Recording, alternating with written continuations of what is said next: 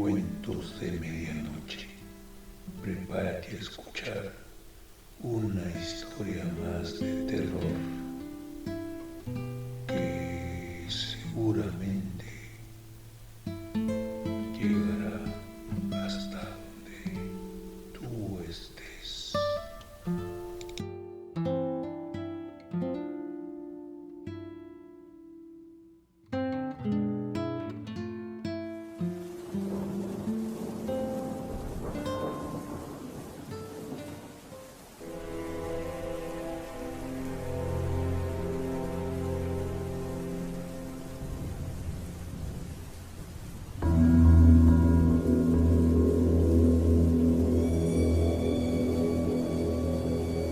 Había estado mucho tiempo enfermo, y mi médico me aconsejó que fuera a pasar la convalecencia en algún pueblecito tranquilo y soleado de la costa meridional francesa, alejándome del clima húmedo y brumoso de mi pueblo natal irlandés. Nada especial me retenía en Dublín. Sin ser rico, disponía de unos ahorros que me permitían vivir con cierta holgura. Desde hacía mucho tiempo carecía de familia, por lo que decidí, una vez que me sentí con fuerzas suficientes, embarcarme para Marsella. Mi criado, llamado Jones, me acompañó en este viaje. Antiguo sargento en el ejército de España del duque de Wellington, era por entonces un viejo delgado, enérgico y de unos 60 años de edad. Yo lo apreciaba mucho, no solo por la devoción que me testimoniaba, sino además por las numerosas cualidades que le hacían sumamente valioso. En Marsella, a donde llegamos a principios del año 1840, me indicaron que había una casa en alquiler en un pueblecito de pescadores de la costa provenzal. Insistieron en que se trataba de un lugar muy bello, de clima agradable y maravillosas panorámicas. Como el alquiler era muy barato, acabé por aceptar, modificando así los proyectos que tenía de establecerme cerca de Nápoles. Días más tarde, llegamos al pueblecito de pescadores. La casa, me dijo el agente inmobiliario al entregarme las llaves, había pertenecido durante cierto tiempo a un célebre marino francés, el bailío de Suffren. Una vez cerrada la puerta, Jones me miró y me dijo, bruscamente, con esa franqueza castrense tan peculiar en él y que yo tanto admiraba: «Señor, esta casa no me agrada en absoluto». Me eché a reír y contesté: «¿Qué le ves de malo? Por mi parte, la encuentro encantadora, exquisitamente amueblada, bien situada y muy soleada». Jones se encogió de hombros, gruñó algo que no entendí y se dispuso a subir nuestro equipaje. Mi nueva residencia se componía de una planta baja, en la que estaban situados el vestíbulo, el salón, el comedor y un despacho, y de un piso superior en el que había 3 dormitorios para los señores y 2 para los domésticos. El agente inmobiliario había convenido conmigo en que una mujer del pueblo vendría a hacer la limpieza y a prepararnos las comidas.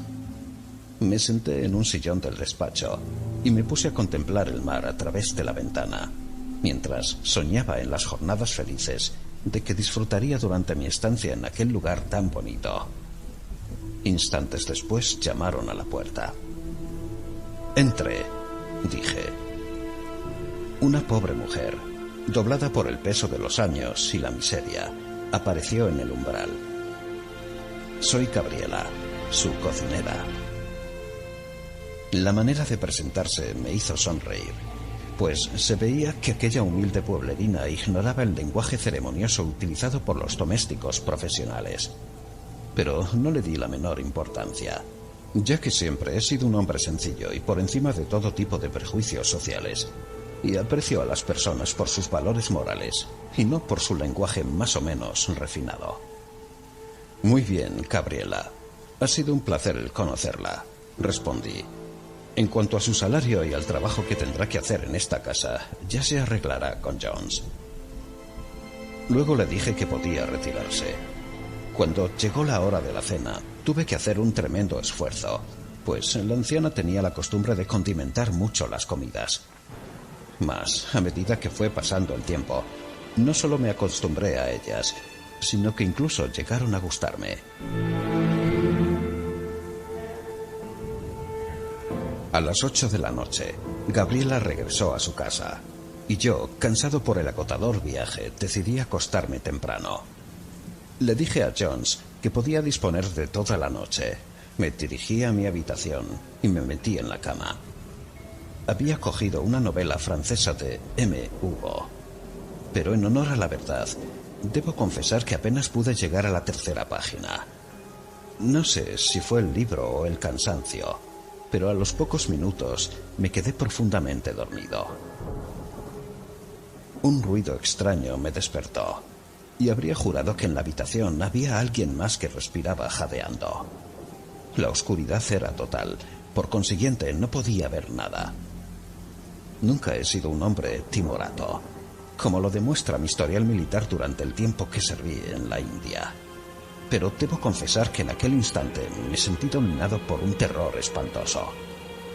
Me incorporé en la cama y, no pudiendo resistir más aquella tensión nerviosa, grité: ¿Quién está ahí? Nadie contestó, pero tuve la impresión, casi la certeza, de que alguien se aproximaba a mí, pues sentía aquella respiración jadeante cada vez más cercana. Volví a insistir, esta vez aún más nervioso. ¿Quién está ahí? Algo frío, húmedo y pegajoso rozó mi muñeca. Perdí el control de mis nervios y me puse a gritar con desesperación. Pero todo permaneció tan silencioso como antes. No se oía nada en toda la casa, y llegué a la conclusión de que Jones estaría divirtiéndose por los bares del pueblo, o quizá habría sido víctima a sí mismo de aquella cosa, de mi misterioso visitante. Mis gritos parecieron haber parado en seco el avance de aquel espectro, fantasma o lo que fuese, pues sentía su hálito a la misma distancia.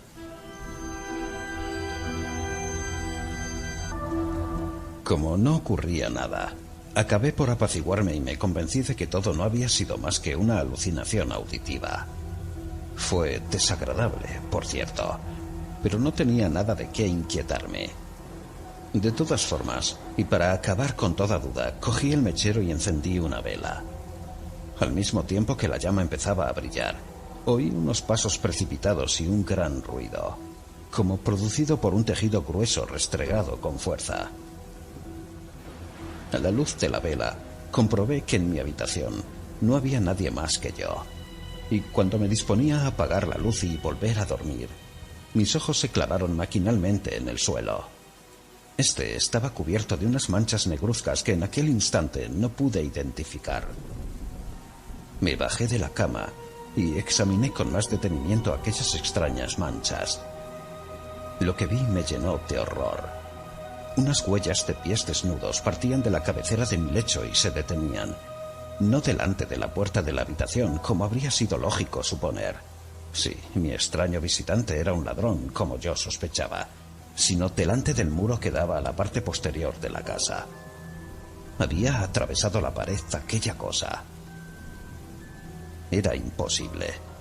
Ningún ser humano puede atravesar un muro de piedra. Como aquel misterio ya empezaba a ponerme nervioso otra vez, empecé a gritar con todas mis fuerzas, llamando a Jones. Mas fue en vano. Entonces tomé una decisión que lamentaría durante el resto de mi vida. Me vestí con rapidez. Sin quitar los ojos del muro, cogí mi pistola y me acerqué al lugar donde desaparecían las huellas. Al examinar estas de cerca, comprobé que en efecto penetraban en el tabique. La prueba era que una de ellas parecía cortada en dos a ras del plinto. Entonces pensé que podía tratarse de un muro giratorio que daba acceso a una escalera secreta. Empujé con todas mis fuerzas en cada centímetro cuadrado de la pared, pero ésta no cedía. De repente, oí que en algún sitio del tabique giraban unos goznes invisibles. Un rectángulo negro apareció en él, al mismo tiempo que una bocanada de aire pestilente penetraba por mis orificios nasales. Cogí la palmatoria, empuñé mi pistola y franqueé el misterioso umbral. La débil luz que proyectaba mi vela iluminaba una escalera de piedra que se hundía en espiral en las entrañas de la tierra. Me armé de valor y empecé a descender. Llegué a contar 396 escalones. Ya casi ni podía respirar, pero puesto que me había embarcado en aquella aventura, lo lógico era seguir hasta el final, descubrir quién era mi extraño visitante nocturno. Empecé a caminar por un pasadizo estrecho por cuyo suelo avanzaban las huellas. Cuando ya había recorrido unas 100 yardas, me vi detenido por una pesada puerta de hierro. La empujé, resistió un poco y al fin se abrió, produciendo un siniestro chirrido. Por un instante, una luz intensa me deslumbró, pero una vez que mis ojos se hubieron acomodado poco a poco a la misma, me di cuenta de que me encontraba dentro de una inmensa caverna en la que flotaba una especie de bruma lechosa. Incluso me pareció que aquella luz procedía de esta misma bruma. Unas formas movedizas que apenas podía distinguir atravesaban mi campo visual. Solo veía con claridad las huellas de los pasos que había seguido hasta allí. Entonces me puse a temblar de horror. A la débil luz de mi vela había podido discernir el contorno de unas huellas de pies humanos, pero allí comprobé que estaban sangrantes. ¿Qué cuadro macabro iría a descubrir si me aventuraba a proseguir mi camino? Con seguridad algo siniestro y horripilante. De modo que decidí volver sobre mis pasos, subir a mi habitación y abandonar aquella casa al día siguiente. Di media vuelta para buscar la puerta por donde había entrado. ¿Cuál no sería mi estupor y desesperación al comprobar que había desaparecido? En ese momento, una risa sarcástica llegó a mis oídos. Creo que perdí la cabeza y me puse a correr mientras gritaba pidiendo socorro. No sabía a dónde iba. Unos ruidos siniestros resonaban en la estancia, mientras sentía que unas cosas inmundas me rozaban. Unas formas monstruosas que parecían obstruirme el camino. Todo esto duró mucho tiempo. ¿Cuánto tiempo? No lo sé. Unos minutos, unos siglos, quizá una eternidad. La bruma era cada vez más espesa y luminosa, mientras unas voces lanzaban alaridos en francés, en inglés, en alemán y en italiano. Unas llamadas que yo no comprendía.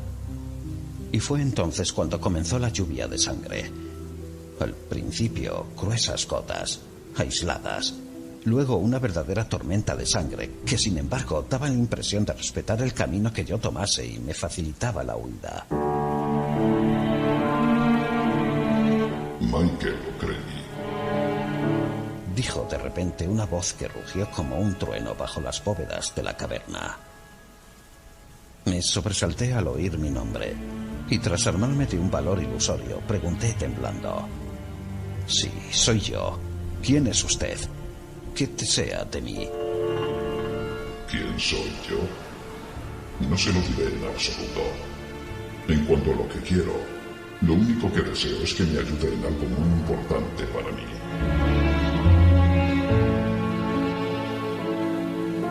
Durante unos instantes permanecí mudo de asombro. Y cuando traté de hablar de nuevo, esa voz cavernosa y siniestra retumbó en el hediondo antro. En el cementerio de Saint-Tropez hay una tumba sin cruz y sin nombre. Deseo que mañana vaya usted a colocar sobre la losa un ramo de flores y que haga decir 3 misas en la iglesia por el reposo de un alma atormentada. Me promete usted que cumplirá mi deseo. ¿Qué habría hecho usted, lector, en mi lugar? Le prometí que cumpliría todos sus deseos, lo que quisiera. Mi invisible interlocutor prosiguió. De acuerdo, pero no olvide cumplir su promesa. Sobre todo, Michael O'Grady, no la olvide. Hubo un brusco y pesado silencio, preñado de tácitas amenazas, y luego la voz continuó. Y ahora, regrese a su habitación. Se cayó. La lluvia de sangre cesó de caer, y la puerta de hierro, situada a unos metros delante de mí, empezó a elevarse hasta que quedó completamente abierta. A pesar de mi emoción, no había soltado ni mi pistola ni la vela, y me lancé con rapidez hacia la puerta, corriendo como un gamo por el ahora libre pasadizo. No sé cómo pude encontrar el camino de regreso. Lo cierto es que minutos más tarde me hallaba acostado en mi cama, y después quedé sumido en el más profundo de los sueños, sin tener la más ligera pesadilla. Al día siguiente, por la mañana, Jones vino a despertarme. Mientras descorría las cortinas de la ventana, a través de las cuales radiaba el sol de un hermoso día, y se disponía a prepararme el desayuno, yo, poco a poco, me despejé por completo del sueño de la víspera. «Dime una cosa, Jones», pregunté. «¿A qué hora regresaste anoche a casa?» «Entre las 11 y las 12, señor». «¿No oíste nada sospechoso?» «No, señor».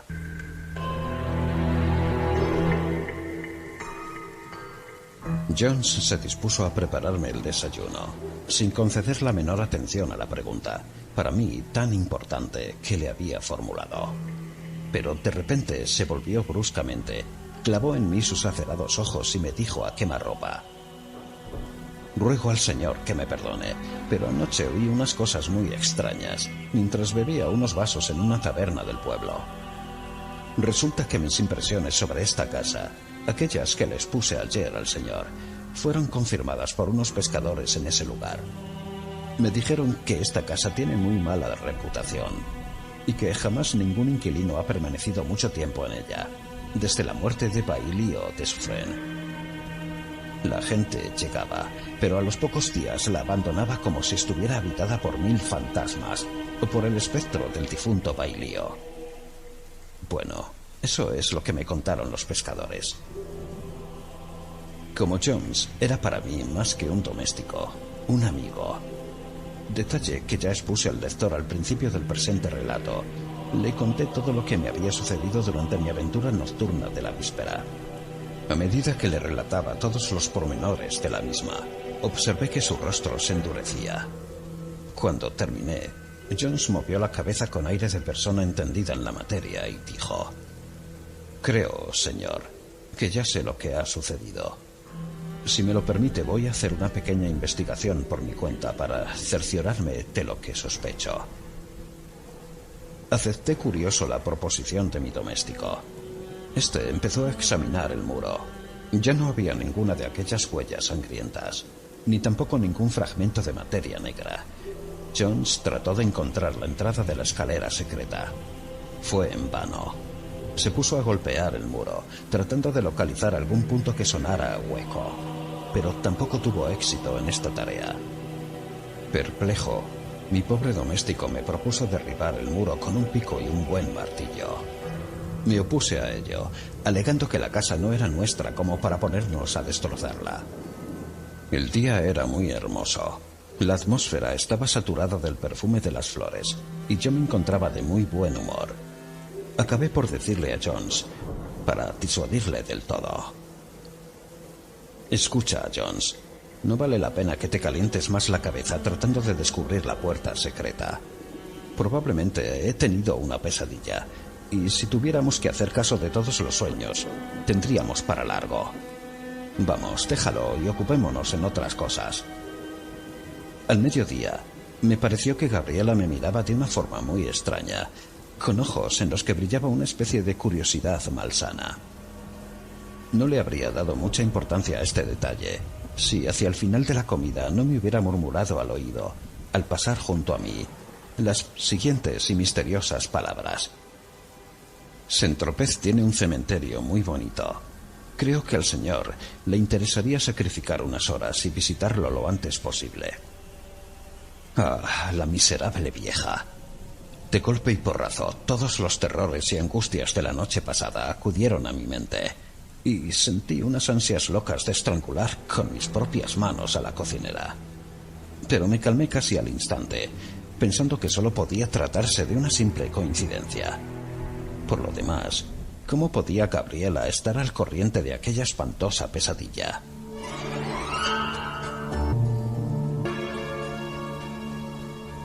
Después de comer, decidí dar un largo paseo por los alrededores.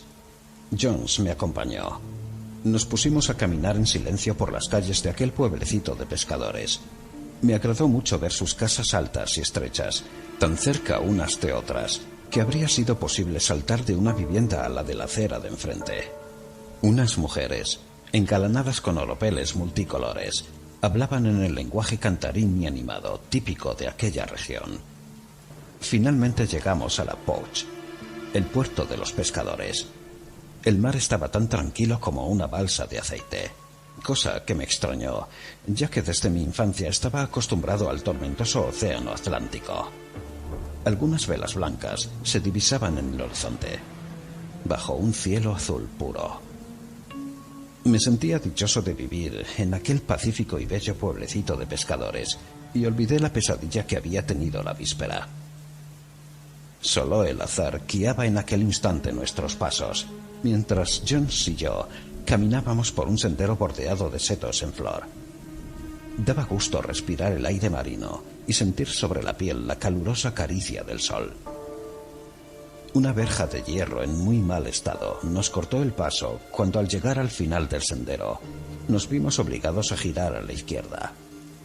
Me acerqué a ella, la abrí sin ninguna dificultad y momentos después nos encontrábamos en el interior del cementerio. Aquella sorpresa no me pareció nada extraña, sino una cosa meramente fortuita, que me ofrecía la oportunidad de visitar el cementerio y satisfacer la curiosidad que habían despertado en mí las palabras de mi cocinera. En lugares semejantes, es corriente encontrar tanto bonitas tumbas como emocionantes inscripciones grabadas en ellas. Ese cementerio no tenía el aspecto siniestro y mórbido de nuestros camposantos nórdicos. Jones, que siempre había sido un hombre supersticioso, me dijo que prefería esperarme fuera mientras yo satisfacía mi curiosidad. Le di mi permiso y me puse a recorrer el cementerio, fijándome de vez en cuando en aquellas tumbas que llamaban mi atención. Ninguna de ellas daba la impresión de tristeza. Las lápidas de color rosa o blanco estaban casi cubiertas por una exuberante vegetación y daba la impresión de que por todas partes brotaban flores. De repente, me sentí dominado por una espantosa sensación de terror. Me encontraba ante una lápida gris, desnuda, siniestra, sin inscripción ni flores. Una impresión abominable de asco parecía emanar de ella. Algunas imágenes furtivas pasaron por delante de mis ojos. Creí que volvía a oír la extraña voz de la caverna. No pude soportarlo más y salí huyendo.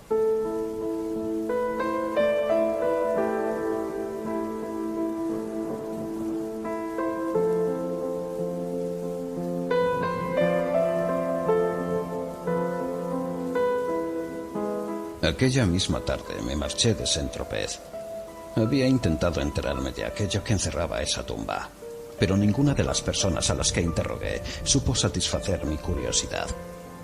Cuando oían mi pregunta, se santiguaban y trataban de cambiar de conversación. Nadie sabía nada, o seguramente nadie quería saber nada. Entonces me acordé de Gabriela. Ella sí que podría decirme lo que encerraba la siniestra tumba. La busqué por todas partes, pero no pude hallarla. Había desaparecido, nadie la había visto. Cualquiera habría pensado que se había volatilizado en el aire sin dejar el más mínimo rastro. A pesar de todo, cumplí con la promesa que le hiciera aquello que habitaba en las profundidades de la caverna de la casita que había alquilado. Ordené que cubrieran de flores la misteriosa tumba y luego fui a ver al cura del lugar para pagarle 3 misas por el eterno descanso de un alma en pena. Cuando el sacerdote oyó mis palabras, se asombró tanto como si le hubiese preguntado dónde se hallaba la tumba del conde Drácula. Una vez pasado su estupor, dijo: «Lo siento mucho, mas no puedo complacerle. De todas formas, le agradecería que me dijera por qué desea que diga 3 misas por un alma en pena. ¿Qué interés le guía al intentar pagarme esas 3 misas? Disculpe mi curiosidad, pero es que me extraña mucho. Entonces le conté toda mi espantosa historia, sin ahorrar el más mínimo detalle, desde aquella primera noche en que entrara en mi habitación el misterioso y furtivo visitante, hasta el instante en que oí su siniestra voz, haciéndome prometerle que depositaría unas flores sobre aquella tumba y haría dar 3 misas por un alma en pena. Observé cómo el sacerdote, mientras yo hablaba, me escuchaba con suma atención, sin adoptar esa postura con la que generalmente se suele escuchar el relato de una persona neurótica, de mente ardiente e imaginativa, sino todo lo contrario, como si le estuviera contando algo importante e interesante para él. Cuando terminé mi relato, el cura permaneció silencioso durante unos segundos, como si estuviera meditando sobre todo lo que había dicho. Luego, se levantó y se puso a pasear, al mismo tiempo que me decía: la Iglesia, como usted sabe, desconfía en grado sumo de las visiones y manifestaciones de ese género. A mi juicio, creo que su sueño tiene una causa muy natural, y que esa historia de la tumba misteriosa del cementerio de nuestro pueblo no es más que una simple coincidencia. Pero usted también sabe, le respondí respetuosamente, que la casa del bailío de Suffren goza de mala reputación entre los habitantes del pueblo. Es decir, todos creen que allí ocurren cosas muy extrañas, como si estuviera embrujada. ¿Qué puede decirme a este respecto? ¿Cuál es su autorizada opinión sobre tan misteriosos hechos? Mas el sacerdote no pudo o no quiso decirme nada, alegando que hacía poco que residía en Saint-Tropez, pero que de todas formas no hiciera caso de aquellas historias de resucitados y duendes a las que tan inclinados son los marineros, sean del país que fueren. Salí de la sacristía con la conciencia en paz. Pero, ¿por qué entonces, se preguntará el lector, me marché tan pronto del pueblo, sin querer pasar ni una noche más en aquella casa? Tenía un motivo muy poderoso. Cuando abrí la puerta de la casa, oí muy claramente, y Jones, que me seguía, también oyó la voz que me decía: muchísimas gracias, Michael O'Grady.